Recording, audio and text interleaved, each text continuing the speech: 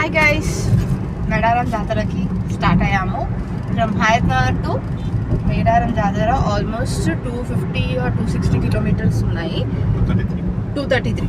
So 233 kilometres ఉంది.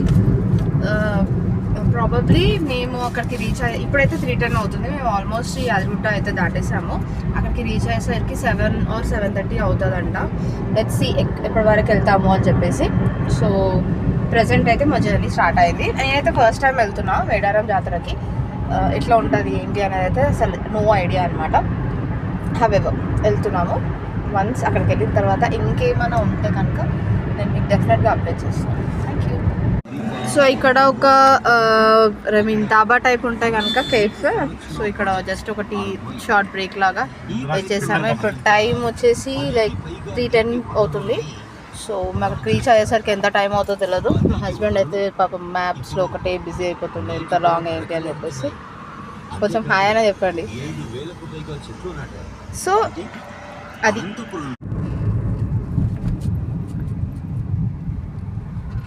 ఇది Warangal arch. So Warangal reach అయిపోయాము. ఇంకా ఎంత ఉందో తెలియదు, బట్ వెళ్తున్నాము. నాకైతే ఇది చాలా బాగా నచ్చింది. హాయ్ ఫ్రెండ్స్, మేము యాక్చువల్లీ ములుగు విలేజ్లో ఉన్నాము. సో ఇంకా 80 కిలోమీటర్స్ ఉంది ఫర్ మేడారం. సో జస్ట్ ఒక కాలు కొంచెం బ్రేక్ తీసుకుందామని చెప్పి ఇక్కడ వెయిట్ చేసాము. ఇక్కడైతే లొకేషన్ చాలా బాగుంది. సో మేము ఒక స్నాప్ తీసుకుందామని చెప్పి ఇక్కడ ఉన్నాము. నా వెనకాల అది చూడండి కొండ ఎంత బాగుందో. అండ్ ఇది యాక్చువల్ లొకేషన్. సో మేడారంకి అయితే గట్టిగానే వెళ్తున్నాము. ఎట్లా ఉంటుంది అనేది అయితే తెలీదు, but still we are doing our best. Hopefully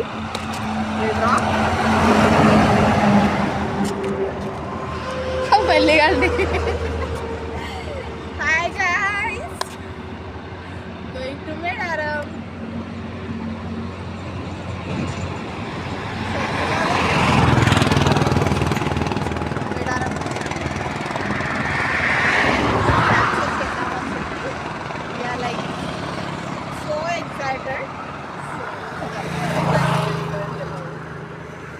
so bye bye.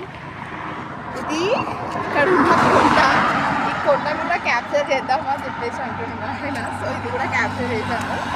However Medaram వెళ్ళిన తర్వాత నెక్స్ట్ ఏంటనేది చూపిస్తాను.